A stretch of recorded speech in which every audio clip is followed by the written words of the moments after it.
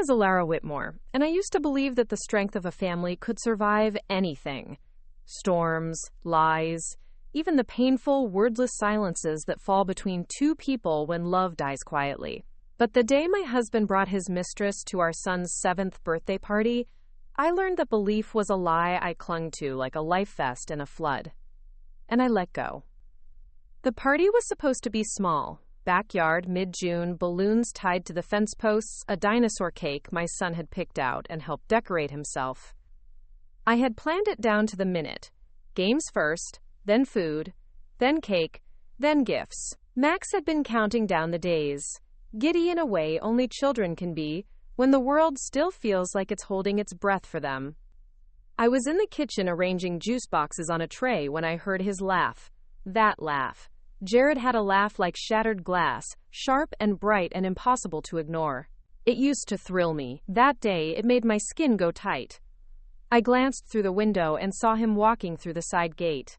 His hand rested lightly on the lower back of a woman I didn't recognize. She was tall, red hair catching the sunlight like fire, wearing a dress that belonged at a rooftop cocktail party, not a child's birthday in the suburbs. My throat closed. There was a beat, just one, where I told myself I must be mistaken. Maybe she was a coworker, a friend. But then she laughed too, and leaned into him like she knew the shape of him in the dark. That was the moment the lie died. I didn't scream. I didn't storm out. I didn't even cry. Instead, I walked outside, my tray perfectly balanced, smile fixed so tightly my cheeks ached. I handed out juice boxes to Max and his friends, kissed my son on the forehead, and turned to my husband like I hadn't just watched my world split down the center. "Jared," I said, "who's your friend?" He hesitated for half a second. Just half. Enough. "This is Celeste," he said. "She's a colleague. From work. I told you she might stop by." He hadn't. Not once. But his voice was calm, pleasant, like he was offering me another slice of pie. Celeste smiled, eyes scanning me with polite condescension. "It's so lovely to finally meet you, Alara. Jared's told me so much." I didn't trust myself to speak. So I turned, adjusted a streamer that didn't need adjusting, and made a mental note. The papers were already drawn up. All I had to do was sign them. Today, I would. The party continued like a scene in a play. Laughter, music, children shrieking with joy. I smiled in photos. I helped cut the cake. But every time I looked at Max, the ache inside me swelled. This wasn't just about Jared. It was about the life I had wrapped around our son like armor. And now that armor had cracks. After the cake was eaten and the presents unwrapped, I gathered Max in my arms and whispered, "Go play for a bit, honey. Mama needs a minute." He ran off, sticky hands waving, a paper crown askew on his head. I walked straight to Jared, who was pouring lemonade like it was the most natural thing in the world. "Can I talk to you?" I said. He gave me a look I had grown used to over the past year. Tired, annoyed, dismissive. But he followed me around the side of the house. When we were alone, I pulled a white envelope from my purse and handed it to him. "What's this?" he asked. "Read it." He opened the envelope, pulled out the neatly stapled papers, and paled. "You're serious." "Deadly." He looked up at me, the laughter gone, his eyes suddenly cold. "You would do this today? At Max's party? You brought your mistress to our son's birthday. Consider this my RSVP." He stood there, mouth opening and closing. I left him in the shade of the fence and returned to the party. Celeste was helping herself to a second slice of cake. I walked past her with a nod and picked up Max, twirling him in the air. "Guess what, baby?" I said, planting a kiss on his cheek. "Mama has a surprise for you." Because I did. I had a house already leased, new schools applied to, and a lawyer with teeth sharper than any betrayal. But none of that compared to the fire in my chest. Later that evening, after the guests had gone, I sat on the couch with Max snuggled against me, watching a dinosaur movie with the sound low. Jared stood in the hallway watching us. He didn't say a word. He didn't need to. Because I had. Tomorrow I would leave. But tonight, I held my son. And I held the truth. And I held myself, the version of me that had finally woken up. And she was not afraid. Before we jump back in, Tell us where you're from. If this story moves you, please subscribe. Tomorrow, I have a special story for you. The next morning, the house felt too quiet. There's a silence that hangs after confrontation, thick, almost metallic, like the air before a thunderstorm. I woke up before Max and padded across the hallway to check on him. He was still asleep, curled up like a comma in his bed, one hand resting on his stuffed triceratops. I kissed his temple and closed the door softly behind me. Downstairs, Jared was already in the kitchen. He didn't look up from his coffee. The divorce papers lay on the table, creased now, like he'd read them too many times overnight. "We should talk," he said, voice flat. I poured myself a cup of tea instead. He leaned forward. "You don't have to do this. You blindsided me yesterday." "Did I?" I stirred the honey slowly, deliberately. "You want to ruin Max's life just because you're upset?" That made me laugh, out loud. "Max is the reason I'm doing this, Jared. Because I refuse to let him grow up thinking this is what love looks like. That lying, gaslighting, and parading your affair in front of our son is normal." He stood, fingers white around his mug. "You think you can do better alone?" "I know I can." I left the room and went upstairs to pack Max's overnight bag. Not because we were leaving that minute, but because I needed the action, the motion. It gave shape to the chaos building inside. Hunt took Max to the park mid-morning. We needed air, space. I watched him chase pigeons and slide down the big red twisty slide. For those brief moments, he was just a kid again, untouched by the war his parents were quietly igniting. I was sitting on the bench, flipping through a list of local counselors on my phone, when someone sat down beside me. "Is this seat taken?" I looked up. It was Sylvia. Sylvia, my neighbor from 3 doors down. Short, silver hair always pinned, eyes like polished river stones, and a no-nonsense demeanor that could slice through steel. "You heard," I said. "Honey, the whole block heard." She reached into her tote and handed me a Tupperware. "Lemon squares, from scratch." I blinked. "Why?" "Because when a woman finally gets smart enough to take her life back, she deserves something sweet." I almost cried. Not because of the kindness, though it meant more than I could say, but because someone saw me. Really saw me. Not just as a wife, or a mother, or a shell of a woman trying to hold everything together, but as a human being who was cracking and choosing, despite everything, not to shatter. "Thank you," I whispered. We sat in silence as Max climbed the monkey bars. "You need anything," she said finally.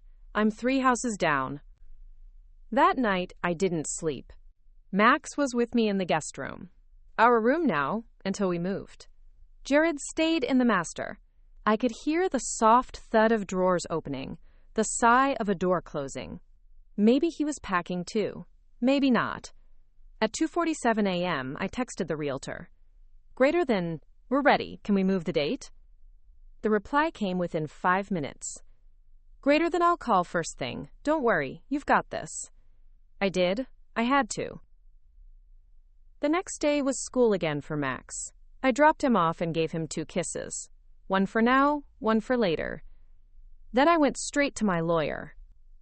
Miranda Greaves was not what I expected from a divorce attorney. Her office was filled with orchids and framed photos of her greyhound in various Halloween costumes. But her handshake was steel and her eyes missed nothing. "You're not here to beg him to stay, are you?" she asked after a glance at the file she'd already read. "No," I said. "I'm here to make sure Max and I leave this with our dignity and our future." "Good," she smiled. "Because I don't do groveling, I do winning."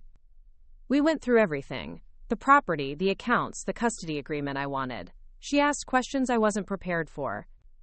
"Do you want to keep the house?" "No. Too many ghosts." "Do you want shared custody?" I hesitated. "I want what's best for Max, but only if Jared can behave like a father, not a man who shows up with his girlfriend to family events." She nodded. "We'll write that in." When I left the office, I felt strange, like I had both taken off a heavy coat and stepped into a storm, free and exposed all at once.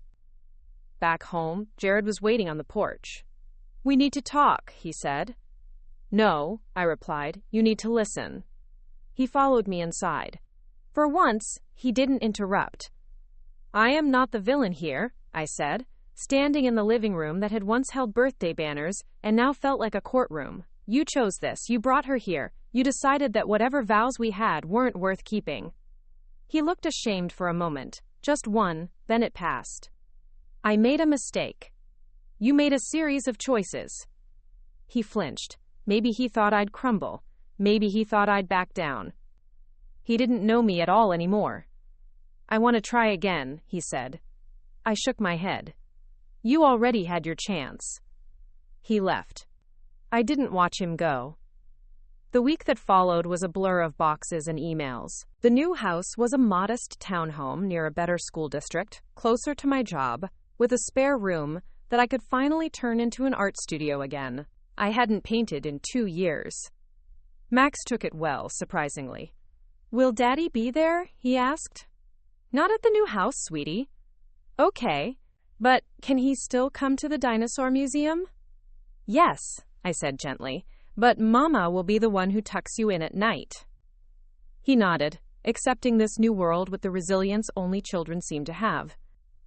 On the final day in our old home, I stood in the empty living room and took one last look around. The scuffed corner where Max had knocked over his tower of blocks. The stain in the carpet from the red wine Jared spilled and never cleaned. The door frame with faint pencil marks measuring Max's height. I touched the highest one. "Time to grow somewhere new," I whispered. And I walked out. The next chapter didn't begin with fireworks or music. It began with groceries, missed calls, library books, and bedtime stories. It began with quiet. And this time that quiet wasn't heavy. It was peaceful. But peace doesn't last forever. And sometimes the people you leave behind don't stay behind at all. Because 3 weeks after we moved in, there was a knock at the door. And on the other side of it was Celeste. Smiling. Holding a manila folder. And behind her, in the parked car, Jared. I opened the door slowly. "What do you want?" I asked. Celeste handed me the folder. "We have a proposal," she said. "One you'll want to hear." I didn't move. "You can leave it on the step," I said, "and then you can get off my property." She tilted her head, smug. "Ilara, it's about Max." My heart stopped. And just like that, peace shattered. I didn't touch the folder. Not right away. Not while Celeste stood there like she was offering me a spa brochure, instead of what I suspected was some twisted olive branch wrapped in thorns. I said, "Leave it and go," I repeated, firmer this time. Jared hadn't moved from the car. He sat with his elbow propped on the window frame, face unreadable behind his sunglasses. Celeste set the folder down like it was a gift. She adjusted her blazer, gave me a condescending little nod, and turned back to the car. Her heels clicked down my driveway like punctuation marks to a sentence I never wanted to read. I stood there until the engine roared to life and they pulled away. Then, and only then, did I pick up the folder. It was heavier than I expected. Inside, stapled neatly and coldly, was a legal petition. Joint custody. Jared was suing me for equal time with Max. It was framed professionally, with polite legal language and references to state precedent and Max's psychological well-being. But I knew what it was. It was revenge. He had paraded his mistress through my son's birthday like it was a game. He had broken every boundary I'd drawn and smiled through it. And now, when I had taken my child and left, when I dared to build peace without him, he wanted to drag me back into his control. One hearing at a time. Max was coloring in the next room. I walked past him slowly, folder in hand, and went straight to my bedroom. I dialed Miranda. She picked up on the second ring. "He filed," I said. There was a pause. "Let me guess. Joint custody?" "Yes, and Celeste delivered it." "Of course she did," she muttered, already typing. "I'll need to see the papers. But don't worry, Ilara. This doesn't change your position." "It changes everything," I whispered. Because now, this wasn't just about leaving Jared. This was war. The next 2 weeks were an avalanche of legal prep. I hired a therapist for Max. A lovely woman named Ray with warm hands and a Disney sticker chart that seemed to put him at ease. I documented everything: dates, texts, emails, receipts. Jared had been distant, inconsistent, and increasingly dismissive over the past year. And now he wanted to claim himself as an equal parent? No. Not after everything. Not after bringing a stranger into my child's birthday and pretending it was business. Miranda and I worked late into the evenings, building our argument. Stable environment, primary caretaker, emotional consistency. And the elephant in the room, Celeste. I wasn't proud of it, but I hired a private investigator. Nothing invasive, nothing illegal, just facts. What came back made my blood turn to ice. Celeste had a sealed record in Florida. Not criminal, not technically, but tied to a previous custody case involving a now estranged niece. She had petitioned for temporary guardianship of her sister's child. The court had denied it. Not enough evidence of abuse, they said. But they sealed the file, and that spoke louder than anything. Miranda lifted an eyebrow as she read. Well, the mistress has skeletons. Do we use it? I asked. Only if he drags her into court as a character witness. Otherwise, it stays in our pocket. Quote, that pocket was getting heavy. Max started asking questions. Why doesn't Daddy come to tuck me in anymore? Because he lives somewhere else now, remember? I said gently. But he used to live with us. Did I do something bad? God. I held him so tightly I thought I'd crush us both. No, baby, never. This is not your fault. It's something between the grown-ups. You are loved. So loved. His little fingers curled in my sleeve. Okay, he whispered, but I don't like her. I didn't ask who. I knew. The first court date was a hearing to establish temporary arrangements. We sat in opposite corners of the courtroom, not speaking. Celeste didn't attend, thank God. Jared looked good, polished. His lawyer wore cufflinks that probably cost more than my rent, but his hands were fidgeting. When the judge called us forward, I stood tall. I told the truth, calmly, without emotion. I laid out the facts. Times Jared had been inconsistent with bedtime routines, school pickups, meals. Times he had introduced his girlfriend to Max without discussion. Times he had never expressed interest in joint parenting until I filed. Jared countered with charm. Your Honor, we had problems, yes, but I've always loved my son. I simply want to be part of his life. This doesn't have to be a battle. The judge was diplomatic. Temporary schedule. Max would spend alternating weekends with Jared, starting with Saturday mornings until Sunday evening. Not what I wanted. Not what Jared wanted either. But it was a start. Outside, as we exited, Jared turned to me. You didn't have to drag this through the mud.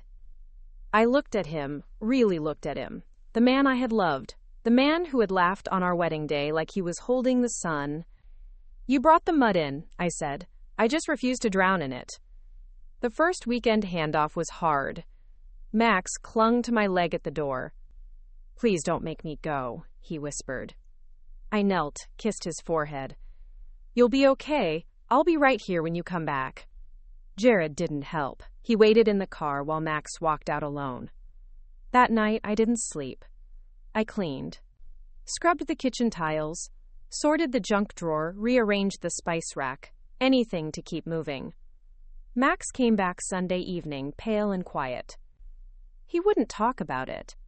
Only when he was tucked in did he whisper, "She watches me too much." I froze. Who? Celeste. She keeps staring. And she gets mad if I ask for you. Quote, I tucked the blanket tighter around him. Thank you for telling me, sweetheart. When he slept, I sat in the dark, fists clenched. This wasn't over. It was just beginning. The second hearing came fast. Jared wanted more time, more overnights. Miranda came in with fire. She presented the sealed case from Florida as a reference point, carefully skirting direct accusations. She brought in Max's school counselor, who testified that Max had expressed anxiety about Jared's girlfriend. She pulled out every inconsistency, every dropped appointment, every late-night call Jared had made in the past 2 months begging for schedule changes. And I sat there, composed, a mother, not a victim. Jared's team tried to paint me as vengeful, but the judge saw through it. He adjusted the schedule. Jared's weekends would be supervised until further evaluation. Celeste was not allowed to be present during visitation. It was a small win, but it felt like Everest. After the hearing, Jared cornered me outside. "You're poisoning him against me," he hissed. "No," I said. "You did that all by yourself." He turned to go, but then paused. "You think you've won. You haven't." I didn't answer. I didn't need to. Because the next day, Celeste quit her job. And 2 days after that, Jared showed up at my door. Alone. Looking more broken than I'd ever seen him. "I need to talk to you," he said. To be continued. I didn't touch the folder. Not right away. Not while Celeste stood there like she was offering me a spa brochure, instead of what I suspected was some twisted olive branch wrapped in thorns. I said, "Leave it and go," I repeated, firmer this time. Jared hadn't moved from the car. He sat with his elbow propped on the window frame, face unreadable behind his sunglasses. Celeste set the folder down like it was a gift. She adjusted her blazer, gave me a condescending little nod, and turned back to the car. Her heels clicked down my driveway like punctuation marks to a sentence I never wanted to read. I stood there until the engine roared to life, and they pulled away. Then, and only then, did I pick up the folder. It was heavier than I expected. Inside, stapled neatly and coldly, was a legal petition. Joint custody. Jared was suing me for equal time with Max. It was framed professionally, with polite legal language and references to state precedent and Max's psychological well-being.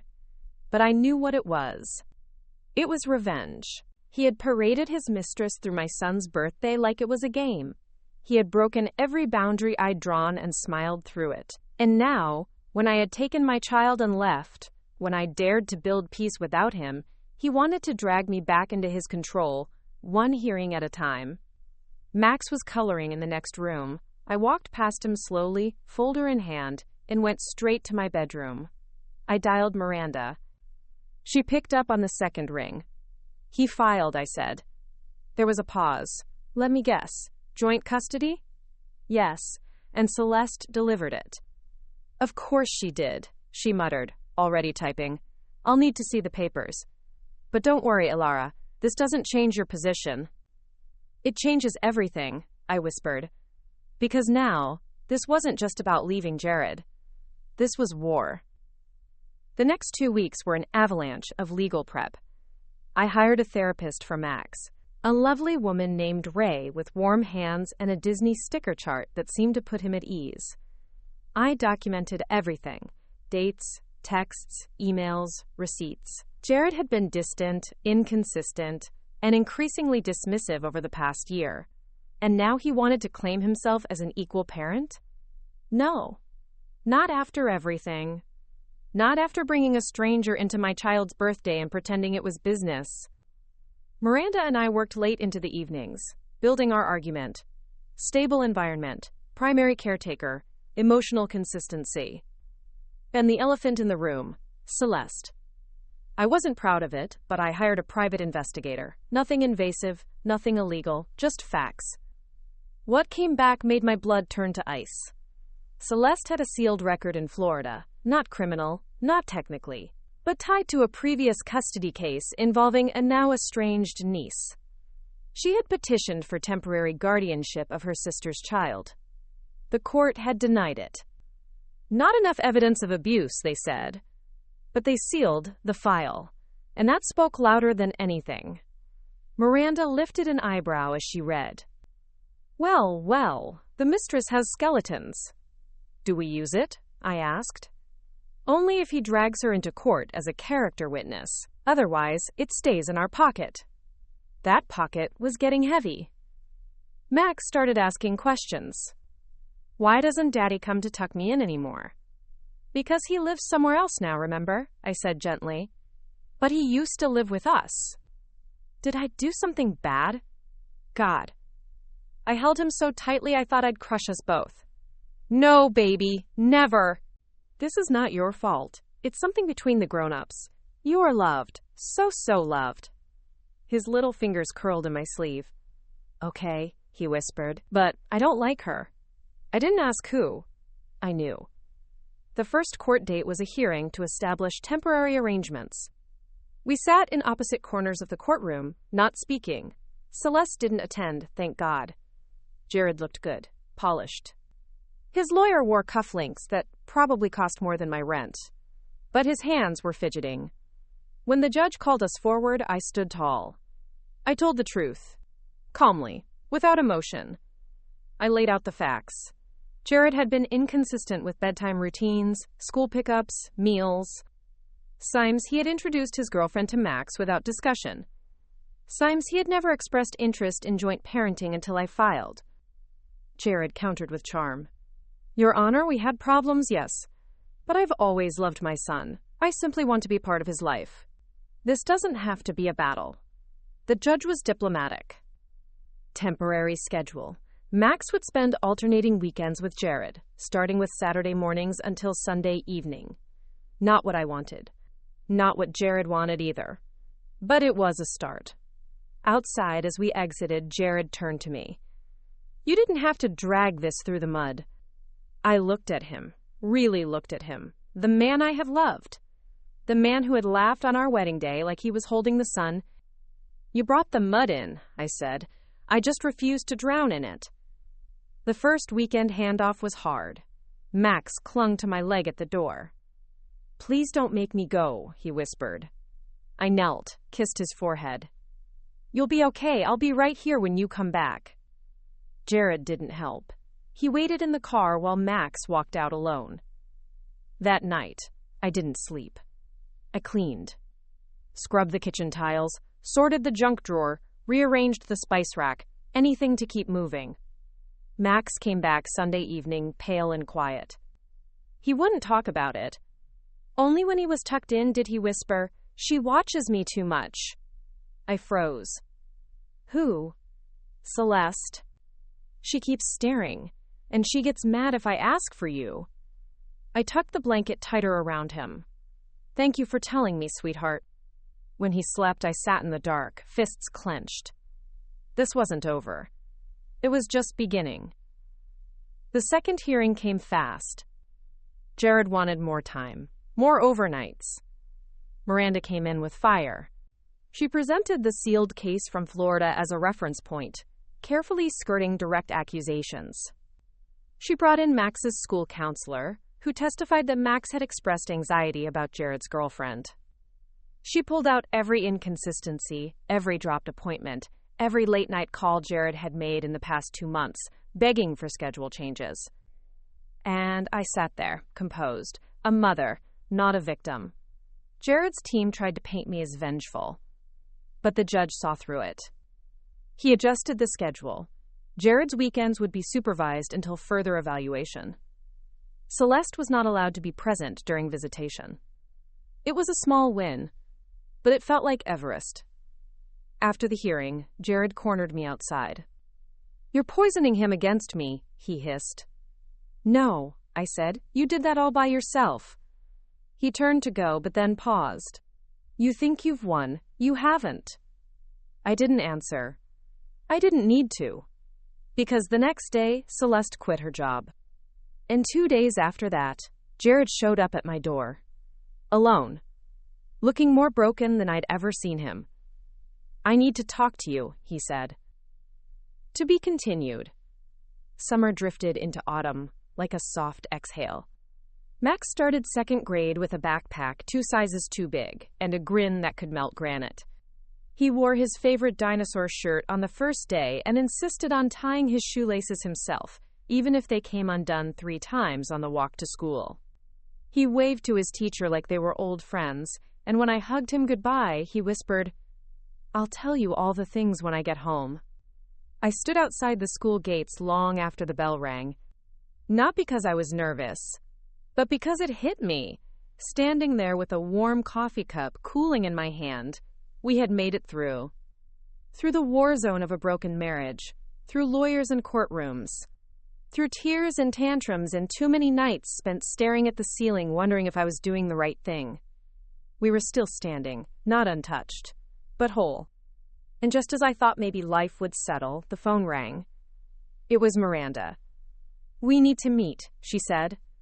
I froze. "Is it Jared?" "Yes and no. It's something you should see in person." I met her at her office that afternoon. The orchids were blooming again. Her greyhound, Percival, dozed in the corner in a bumblebee sweater. Miranda slid a file across the table. "Jared wants to modify the parenting plan." My stomach sank. "He wants full weekends now," she said, "and to alternate weeks during summer break." I stared at the folder. I thought we agreed. We did, but it was temporary. The 1-year mark gives him a legal window to request modification. I swallowed. "Has Max said anything?" "Only that he enjoys his weekends, but he always asks when he's going back to you." I closed my eyes. "Is there a hearing?" "Not yet. He wants to try mediation again. You don't have to accept, but I'd advise it. We'll have more control than in court." I nodded. "Let's do it." The mediation was scheduled 2 weeks out. In that time, I watched Max like a hawk. Not hovering, but tuned in to every little cue. His tone when he returned from Jared's, the drawings he brought home, the way he talked about Dad's apartment versus our house. He was happy. Mostly. But he missed bedtime stories. He missed blueberry pancakes on Saturdays. He missed movie night Fridays with popcorn and mismatched pajamas. And so did I. But this wasn't about me. It was about what was come best. So when I walked into that second mediation, I came armed not with vengeance or pain, but with facts. And love. Jared was already there, seated, a notebook in front of him. He stood when I entered. "Hi," he said. "Let's get to it," I replied. Linda, our mediator, smiled at us like we were students in a classroom about to learn a very difficult equation. We went over Jared's request. His job had changed. He was now remote 3 days a week.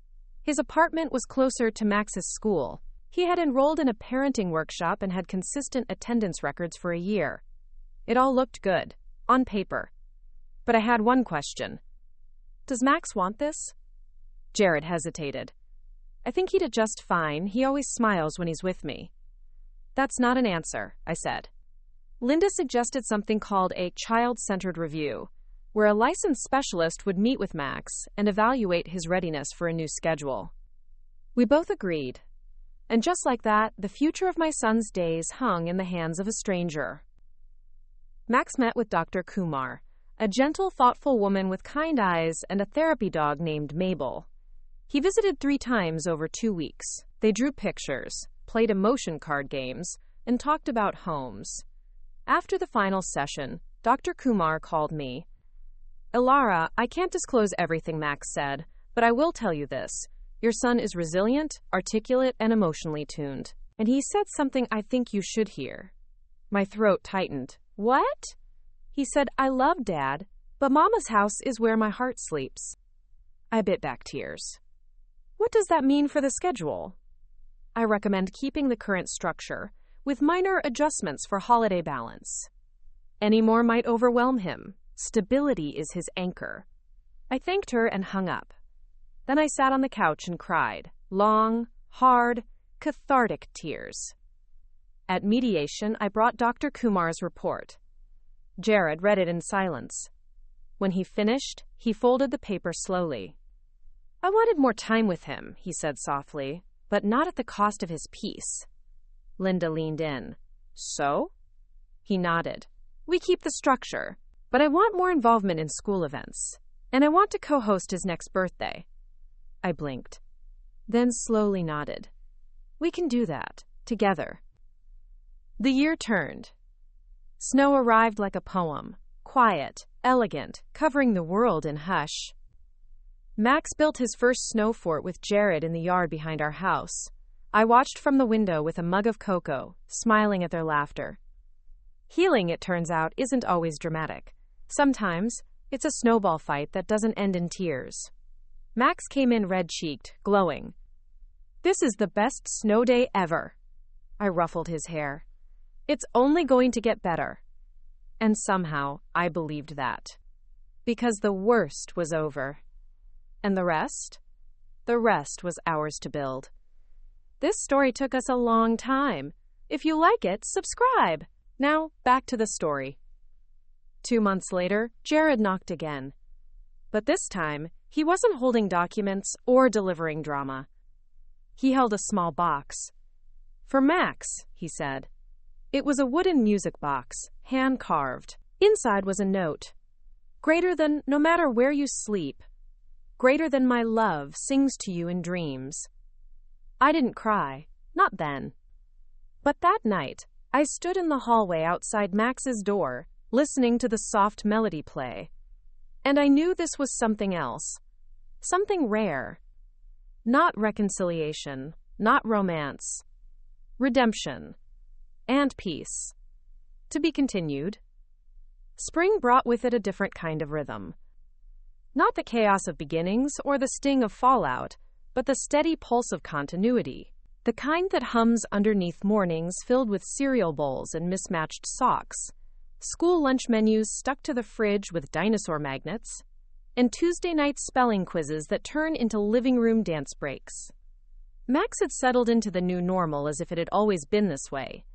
His resilience was something I marveled at daily. How he moved between households with a kind of quiet grace I envied. Not without moments of sadness or confusion, but with curiosity, with strength. As for me, I had found my footing again. I was no longer navigating a minefield. I was building something new. And then, without warning, came the invitation. It was a Thursday. Rain streaked down the windows while I folded laundry in the living room. Max was in the corner, humming to himself while arranging action figures into a very complex diplomatic summit between dinosaurs and Jedi Knights. My phone buzzed. A text from Jared. Greater than, can I talk to you tonight? Alone? I stared at the screen. The last time he'd asked to talk alone, it had upended our lives. But things were different now. We were co-parents, not combatants. And whatever he had to say, I could handle it. Greater than sure, after Max goes to bed. At 8:35 p.m. he arrived. No coat despite the drizzle. Hair damp. Nerves obvious. He stood in the doorway like he wasn't sure he was allowed to breathe here. I poured tea, out of habit more than kindness. We sat across from each other at the dining table, the same spot where I'd once slid divorce papers across the wood. He pulled an envelope from his jacket. What is it? I asked. An invitation, he said, to a dinner, my firm's charity gala. I'm being honored for a recent case. It's a big deal. Congratulations, I said slowly. Thank you. I was wondering if you would come with me, as a guest, not as a date, as Max's mother. As the woman who walked through fire and didn't burn. I blinked. Why would I do that? Because everyone at that firm saw the worst of me, but they never met the best part of my life. It wasn't a plea. It wasn't manipulation. It was something else. A moment of honesty. I thought about it. The way he showed up now for Max's school conferences. The times he texted me silly updates about Max's weekend adventures. The absence of Celeste's name from any conversation for the last 8 months. He was trying.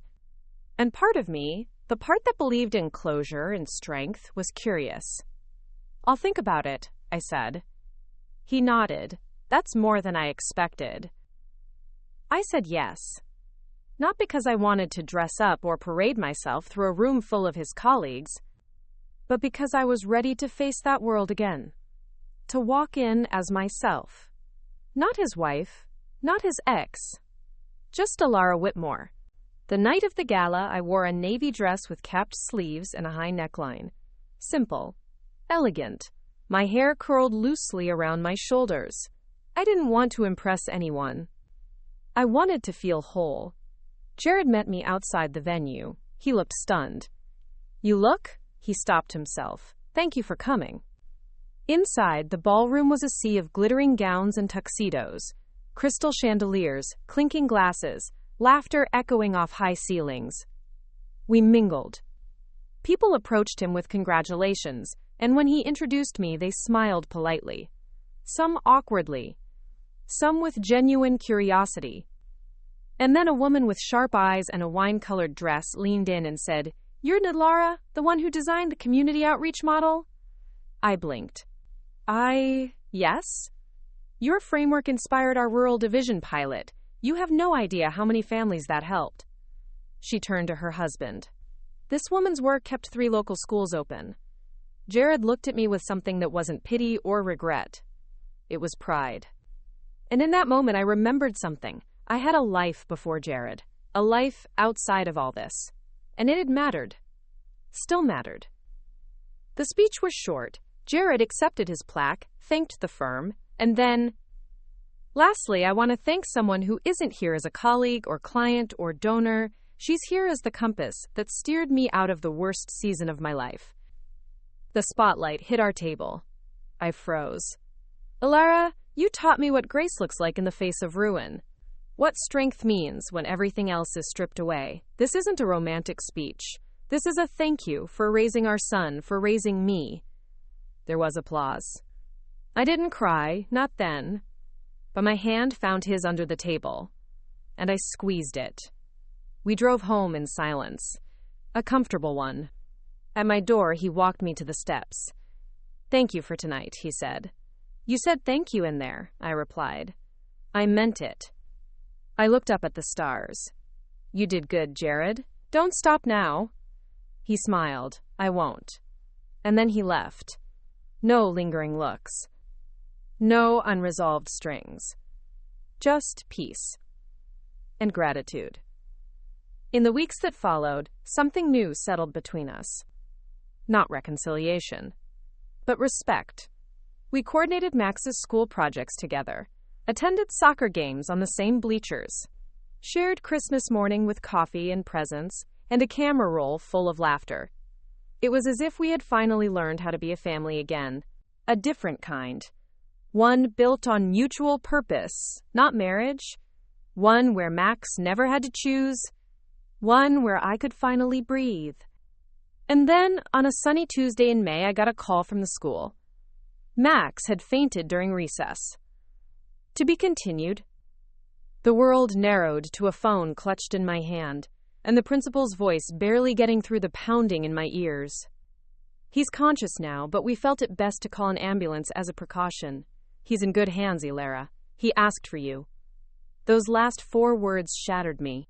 I drove like a woman possessed, every red light a battlefield, every stop sign a personal affront. The moment I reached the emergency room, I gave my name to the nurse and was ushered through swinging doors to where Max lay on a hospital bed, looking impossibly small beneath the 2 white sheets. His face lit up when he saw me. "Mama," he whispered. I was beside him in a heartbeat, brushing damp curls off his forehead. "I'm here, baby. I'm here." His hand curled around mine like a question. Jared arrived 15 minutes later, breathless and disheveled, eyes scanning for us. When he spotted Max, his face crumpled. For once, we didn't have to speak. We stood on either side of our son, watching the rise and fall of his chest, united by terror. A pediatrician walked in, Dr. Silva. Calm eyes, steady hands. He fainted due to dehydration and low blood sugar. It could be from stress, lack of sleep, or a viral infection. We're running tests. We'll keep him overnight. I nodded numbly. Jared sat beside me in silence. We didn't argue. We didn't analyze. We just waited. That night, I stayed in the chair next to Max's bed. Jared took the couch near the window. Neither of us slept much. At 3:42 a.m., he whispered across the dark room, "Is he okay?" I didn't answer right away. Then, "He will be. He has to be." The tests came back mostly clear. No infections, no tumors, nothing sinister. But the doctors found one thing we hadn't seen coming. Max had hypoglycemia. Not chronic, not life-threatening, but serious enough to require daily management. Meal timing, sugar levels, emergency glucose tabs in his backpack. The pediatric endocrinologist went over everything with us in exhausting detail. Jared asked good questions, took notes, listened with his full focus. I realized as I watched him that something in him had shifted, not just changed, matured. When we got home, we made a chart. Me, Jared, and Max. Snack reminders, test times, a new lunchbox that included a tiny, color-coded glucose meter. We were a team, no longer out of necessity, but out of something deeper. Love for the same small boy who had nearly scared us both to death. The scare brought us closer. Not in the way people expect. There were no rekindled kisses, no whispers of maybe again. Just partnership, the kind that happens when you've buried the old weapons and decided to raise something better from the wreckage. Max recovered quickly. Children bounce, after all. But I didn't. I stayed haunted. For weeks, I woke up at odd hours to check on him, to press fingers to his wrist and count. Jared noticed. One night, during a drop-off, he said, "You can call me, when it gets heavy." And for the first time, I did. Not because I needed him, but because he could carry it too. Summer arrived again, soft and golden. Max turned 8. We hosted the party in the backyard. This time, we planned it together. Jared did decorations. I baked the cake. Max invited kids from both households.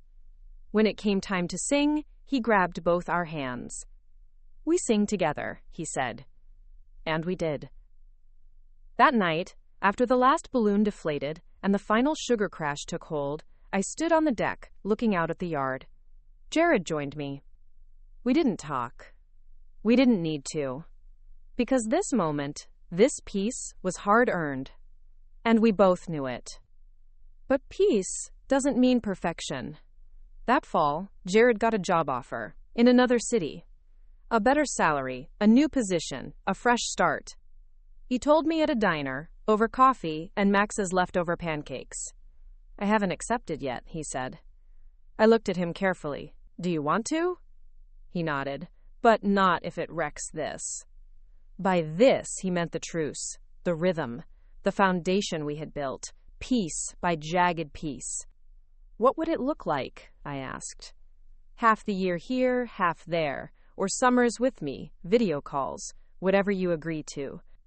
We spent weeks figuring it out, talking to Max, talking to lawyers, talking to each other. In the end, we came up with a plan. Max would stay here, with me, during the school year. Summers with Jared. Daily FaceTimes. Quarterly visits. It wasn't perfect, but it was thoughtful. Intentional. And when Jared hugged Max goodbye at the airport, I saw something I hadn't seen in years. Tears. The months that followed were strange. Lighter in some ways, harder in others. Max missed him. Of course he did. But he adjusted. We both did. And then, just as we found a new rhythm, again, the past came knocking. It came in the form of an email. From Celeste. To be continued. The email arrived at 1:13 a.m. I had been awake, not for any particular reason, just one of those restless nights where the silence of the house feels too loud. I was reading, half-heartedly, when the notification pinged on my phone. No stress to nine nos, subject, asterisk, no agenda, just the truth. No stress to nine nos, Celeste Avery. No stress to nos, Celeste Avery. No stress to nos, Celeste nos, Celeste now, me whole, Celeste now. I stared at it for a long moment. It had been over a year, since the court hearings, since the sealed file, since she had vanished from Jared's life without a word and left behind a trail of shattered illusions. I could have deleted it. I should have. But curiosity is a cruel, clever thing. I opened it. Greater than Alara. Greater than you, have no reason to trust me. I know that. I debated sending this for months, maybe longer. But there's a difference between silence and closure. I need you to know I never meant to hurt Max. Greater than I did hurt you, and for that I am deeply sorry. I was selfish. I was desperate to feel seen, and Jared gave me that, even if it came at the expense of everything else. Greater than I left because I realized I was not only wrong, I was dangerous to the balance Max needed. That wasn't my decision to make, but I made it anyway. I thought disappearing would be the cleanest break. It wasn't. It never is.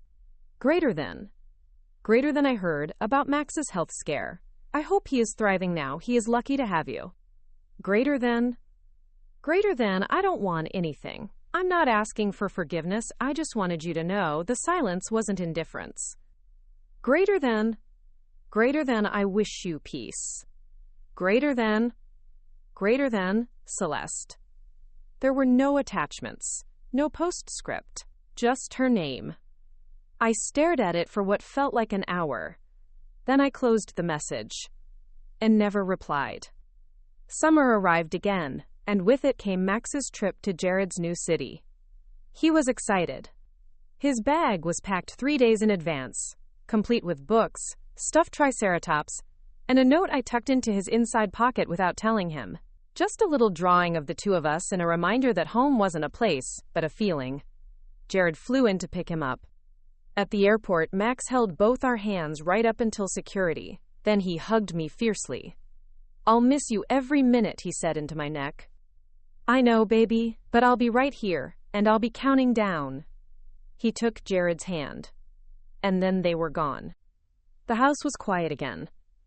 Too quiet.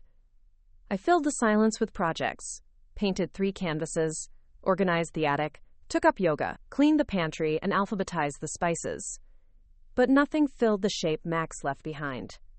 So I started writing.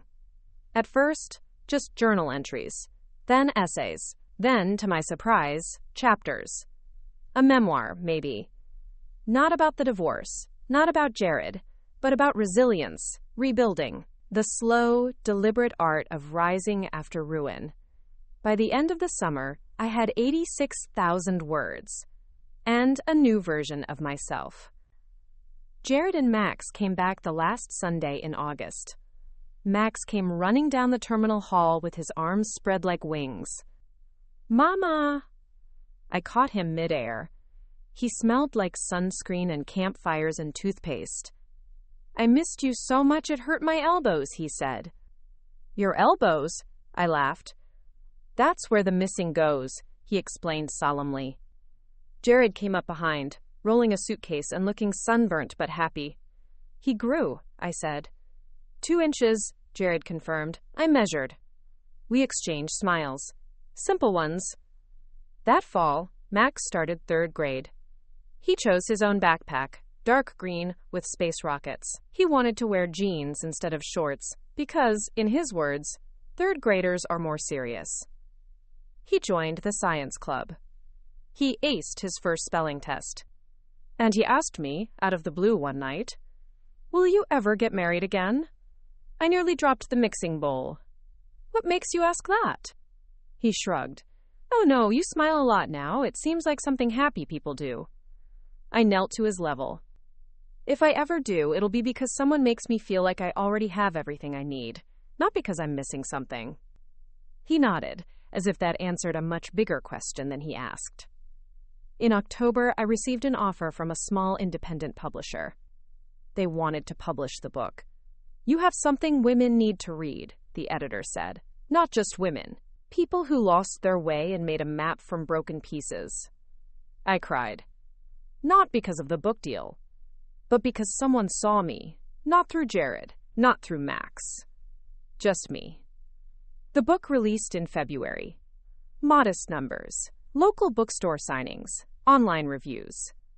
But one night, an email arrived. Not from Celeste. Not from readers. From Jared. Greater than Alara. Greater than I read it. Every word. Greater than I had to stop twice because I couldn't breathe. Greater than you told the truth. Greater than you told our truth. Greater than Greater than, and you did it without venom. Greater than I am grateful, not just for your forgiveness, but for your honesty. Greater than I am still learning from you. Greater than always. Greater than Jared. And then, as winter melted into spring once again, something extraordinary happened. Max won a statewide creative writing contest. His short story, about a boy who lived between two planets and built a bridge made of stars, captivated the judges. At the award ceremony, he read it aloud. And when he got to the final line, he said, "And even though he lived on two worlds, he knew the bridge would always lead him home." Jared and I both stood, clapping, cheering, tears streaming, because our son had turned our scars into something luminous. Because somehow, despite everything, he had grown joy. And because we'd all made it across that bridge together. To be continued. Spring deepened. The cherry blossoms bloomed along the boulevard leading to Max's school, dusting the sidewalks with pink confetti. Every time we walked past them, Max would pluck a fallen petal and press it between the pages of a new book, like he was saving bits of magic. We had found our rhythm. Our life wasn't perfect. There were still mornings where the alarm didn't go off, still mismatched socks and forgotten lunchboxes. But it was good, earned, honest. And then, just as the world felt settled again, the phone rang. It was my publisher. "Alara, how do you feel about doing a TEDx talk?" I laughed at first. "Me? What would I talk about?" "Reconstruction," she said. "The art of rebuilding. Your story is resonating with people. We want to expand that reach." I hesitated. I had never imagined myself behind a podium, with lights and cameras and an audience of strangers. My story had always lived in silence, in pages, in late-night tears and quiet strength. But something inside me whispered, "You didn't survive all this to stay quiet." So I said yes. The preparation was terrifying. I practiced in front of mirrors, then in front of Max, who gave me feedback like a miniature director. "You say, too much, Mama. Try again." I rewrote my script 5 times, cried through 3 of them, laughed through 1. And when I finally stepped onto that red dot on a small stage in Portland, Oregon, with lights hotter than anything I'd imagined, I took a breath and told the truth. I didn't mention Jared by name, or Celeste, or the courtroom, but I told the heart of it. How you can build a life twice. How survival isn't enough. You have to asterisk live. How we are allowed to start over, as many times as it takes. The applause was a wave I hadn't expected. The messages that followed flooded my inbox. From women, from fathers, from grown children of divorces, from people standing at the edge of endings, unsure whether they had the strength to jump. I started receiving invitations. Panel discussions, podcasts, book club Q&As. One afternoon, an envelope arrived with a university crest. A request to guest lecture in the psychology department. Narratives of renewal, trauma, identity, and personal power. Max opened it with me. "Are you going to do it?" he asked. "What do you think?" He grinned. "You're the strongest person I know. They're lucky if you say yes." So I did. Meanwhile, Max thrived. He wrote stories, made friends, learned to cook scrambled eggs on his own. He started a habit of writing me tiny notes, tucking them into my shoes or coat pockets. "You are the Dragon Queen of Tuesdays. Don't forget to eat a vegetable. You yell less when you do. I love you even when you're tired." They made me laugh and ache. Because he was watching me, learning from me, mirroring the way I had fought my way back from despair with nothing but grit and gentleness. Jared continued to do well in his new city. He video called Max every night at 7:30 sharp. They played long-distance chess, read books together, told jokes. Some nights, when the call ended, Max would sigh and stare at the screen. I wish he didn't live so far. I know, I said. Do you miss him? It caught me off guard. I paused, then answered honestly. Sometimes, not like before. Not the way I used to, but in the way you miss a chapter that mattered, even if you don't want to read it again. He nodded, understanding more than any 8-year-old should. In late April, Jared surprised us. He flew in for Max's school play. Max had a single line, as a woodland creature in a chaotic interpretation of *The Wind in the Willows. But Jared sat in the front row, clapping louder than anyone. After the show, we all went for milkshakes. Jared looked different, softer around the eyes. How long are you staying? Max asked, mouth covered in whipped cream. Just through the weekend. I have to get back Monday. Max deflated a little. But, Jared added, what if I made that a monthly thing? A weekend here, every month. Just us. What do you think? Max beamed. I raised an eyebrow. You'd fly that often? Jared nodded. It's not about convenience anymore. It's about priorities. And I have mine straight now. I believed him. And I was glad. That summer, something else changed. I started dating. His name was Bennett. He was a landscape architect. Quiet, thoughtful. Asked questions and waited for the answers. We met at a book event. He approached me after my reading, not with praise, but with curiosity. When you wrote about rebuilding, did you ever feel like the pieces didn't want to go back together? It wasn't flirtation, it was connection. We had coffee, then dinner, then long walks that stretched into twilight. I didn't introduce him to Max until 3 months in. Max liked him. Not in the boisterous, instant friend way, but in the quiet comfort of someone who doesn't try too hard. He listens like you do, Max said. That was all I needed. Jared found out. Not from me, from Max, casually. Mama and Bennett made lemon cookies. I got to lick the bowl. Jared called me that night. You're seeing someone. Yes. A pause. Is he good to Max? Very. Another pause. Then I'm happy for you. And he meant it. We hung up. No tension. Just growth. And then, in October, the most unexpected thing happened. My book was optioned for a limited series. A streaming platform. Real producers. Scripts. Casting. I sat in the meeting, stunned. We want to honor the emotional truth, no melodrama. Just the raw, real climb back to life, said the lead producer. I was a consultant, not the star, not the writer, but every scene passed through my hands. Every word had to ring true. Watching actors portray pieces of my life was surreal, emotional. Max visited the set. He stood silently, watching the actress who played me. Then he said, "She has your mad face, but your eyes are wrong." The series launched quietly. But it exploded. Social media filled with people quoting lines from the scenes, the voicemail monologue, the birthday party, the courtroom moment. But the most shared quote was from the final scene. Greater than, "He brought her to my son's birthday, so I brought my dignity and left with my future." Jared called me the night it aired.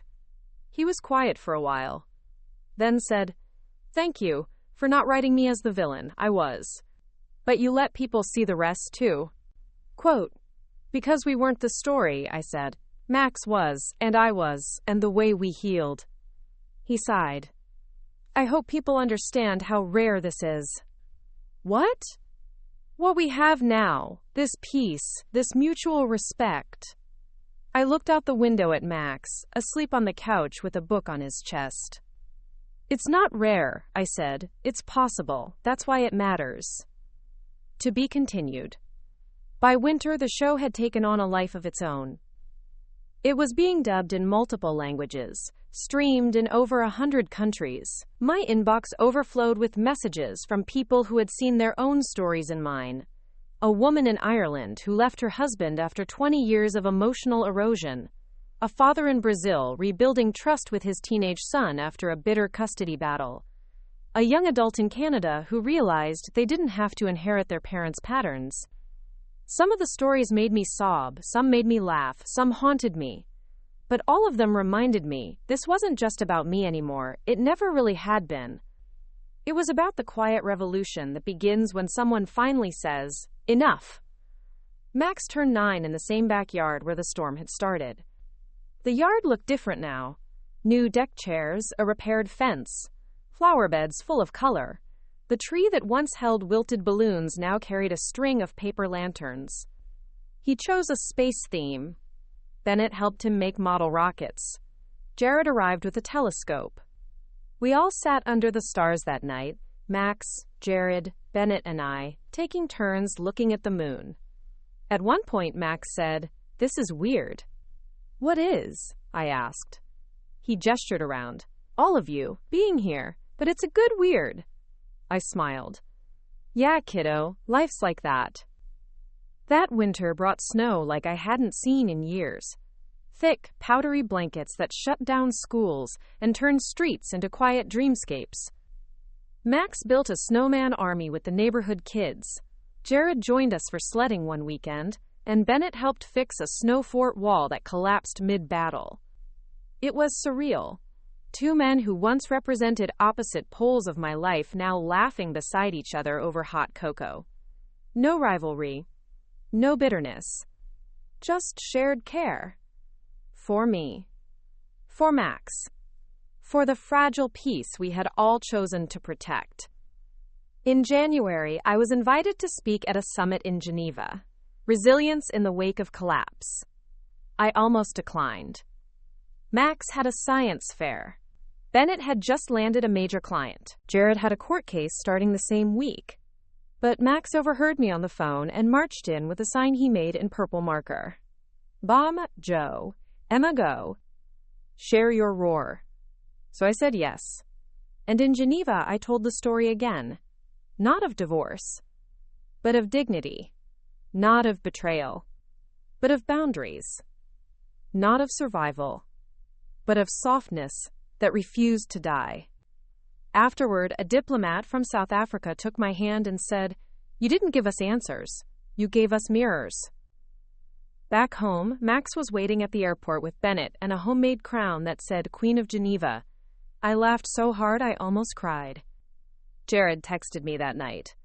"Greater than Max said you slayed dragons in Switzerland. You always did know how to wield fire." Spring came again.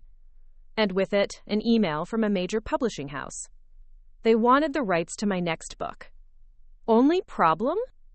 I hadn't written one. So I stared at a blank screen for weeks, wondering what else I had to say. Then one night, Max came into my office, sleepy-eyed, blanket dragging behind him. "You should write about us," he said. "I already did." "No," he yawned. "You wrote about the battle, write about the village after, how we made it livable again." Out of the mouths of babes. So I started again. Not with heartbreak. With healing. With parenting as reconstruction. With blended boundaries and redefined family, and what it means to co-parent from two different emotional continents.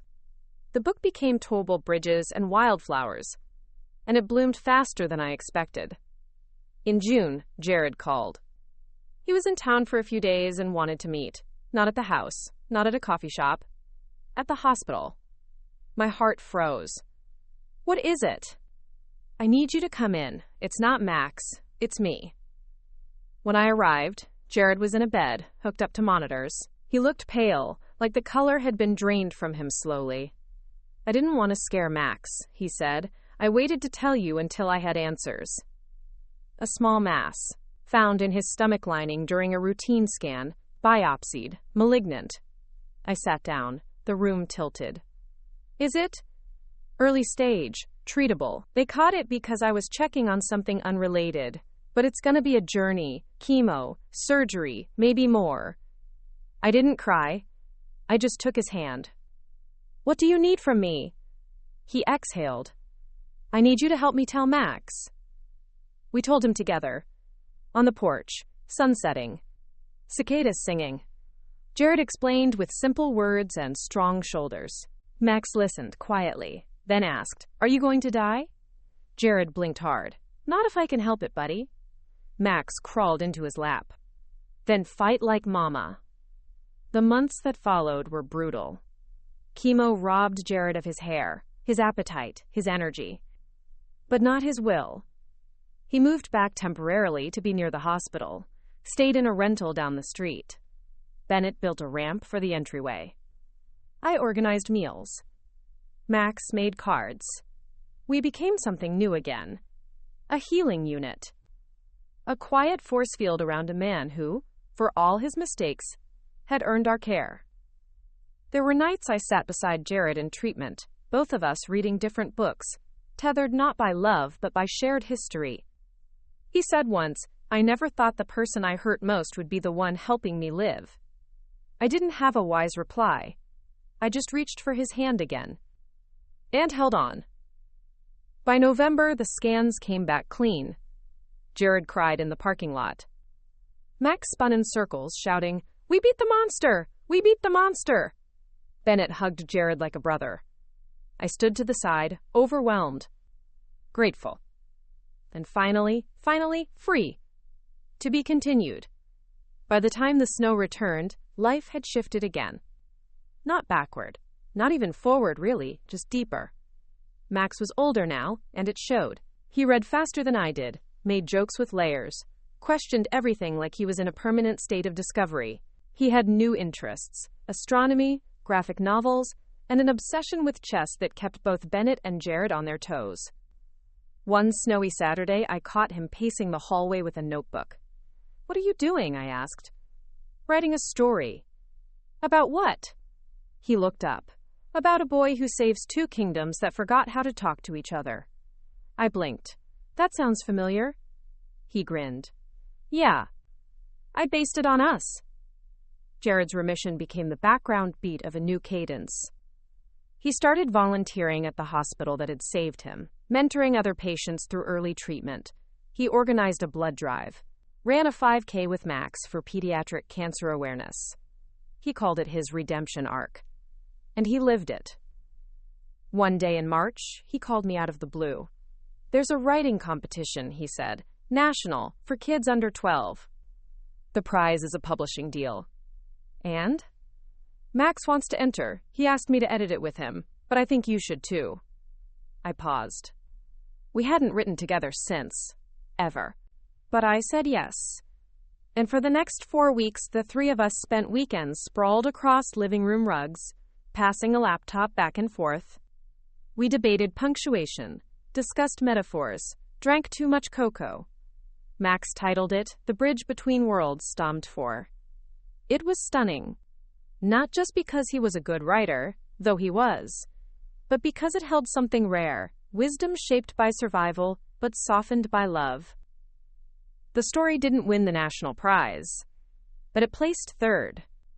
And the publisher offered to print a limited edition run for school libraries across the country. Max held the proof copy in his hands like it was a golden ticket. "They said my story mattered," he whispered. "It does," I said. "It always did." That summer, Bennett proposed. Not in a grand way, no fireworks or hot air balloons. Just a quiet evening in our backyard, fireflies in the air, Max at a sleepover, and a ring in the bottom of my tea mug. I almost choked on it.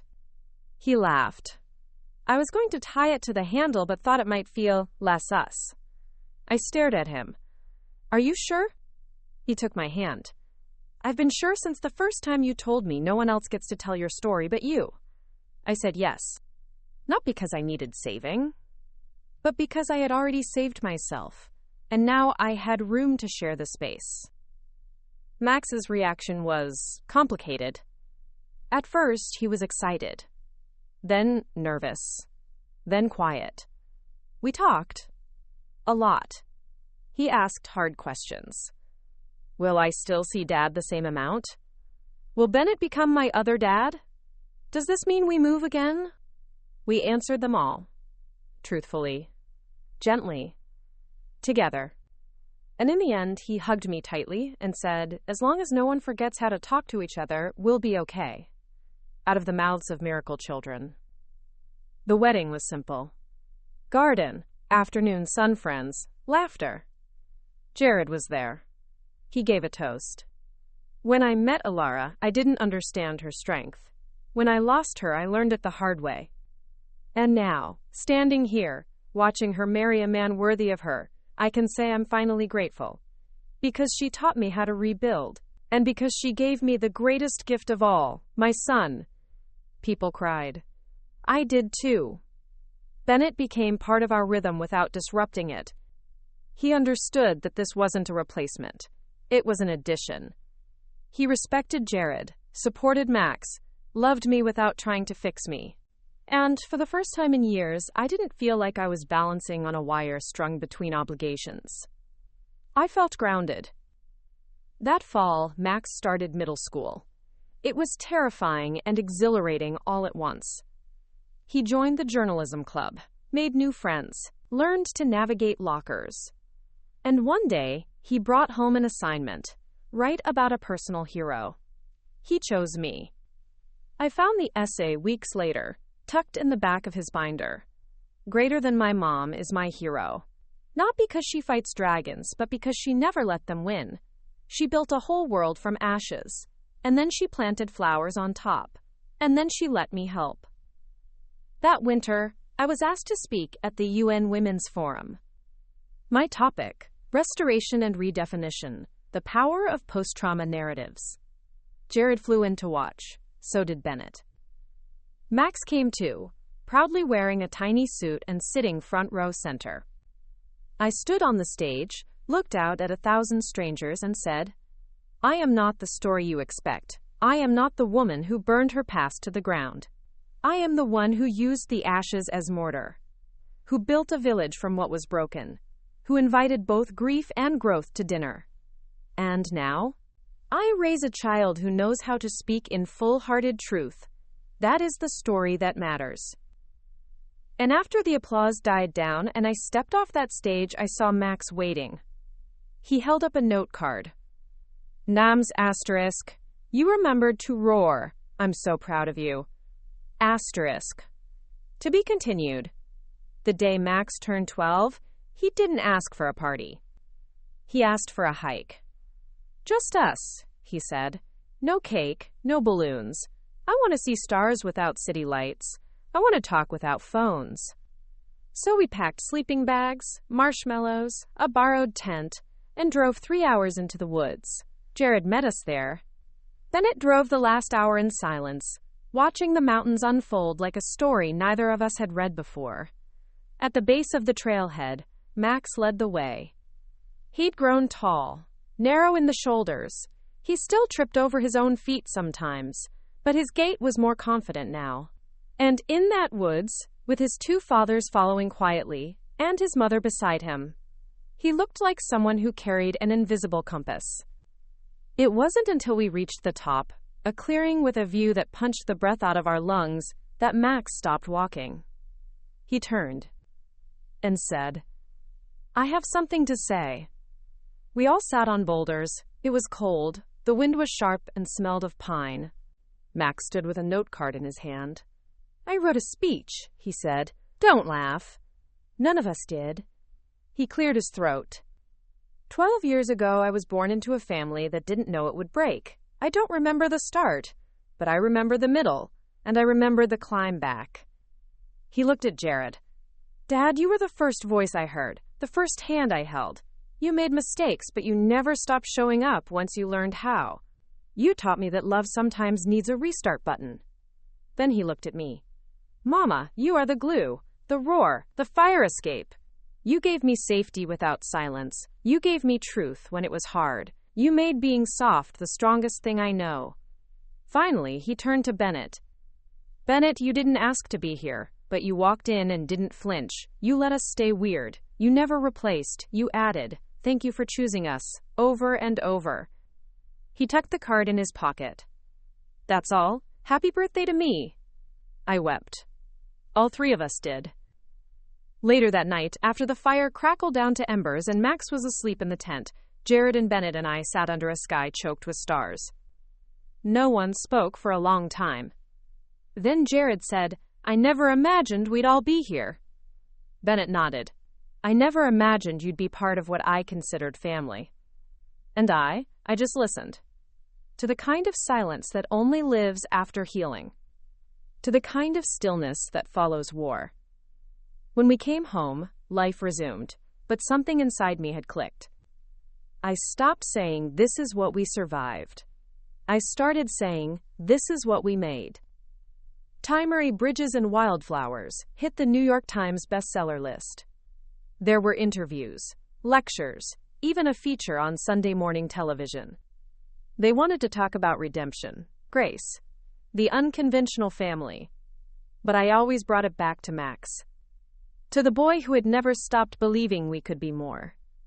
Then, the invitation came. An international conference on childhood emotional development, held at the Royal Academy in London. They wanted me to deliver the keynote. The title was mine to choose. I called it New Shape of Love. Bennett and Max came with me. Jared couldn't. He had taken a full-time job as director of a nonprofit that helped cancer patients navigate the post-treatment process. But he sent a letter. Greater than Alara, greater than, I still remember that day on Max's birthday, the cake, the envelope, the way the world split clean down the middle, and the way you stood still while I shattered everything around you. Greater than the story was never about me. It was about the woman who walked through that fire and came out made of starlight, and the sun she raised to be both lightning and rain. Greater than, speak loudly, we need your voice. Greater than, I'm proud to be part of your chapter. Greater than always. Greater than Jared. London was rainy and beautiful. Max got to ride the London Eye. Bennett tried black pudding and nearly cried.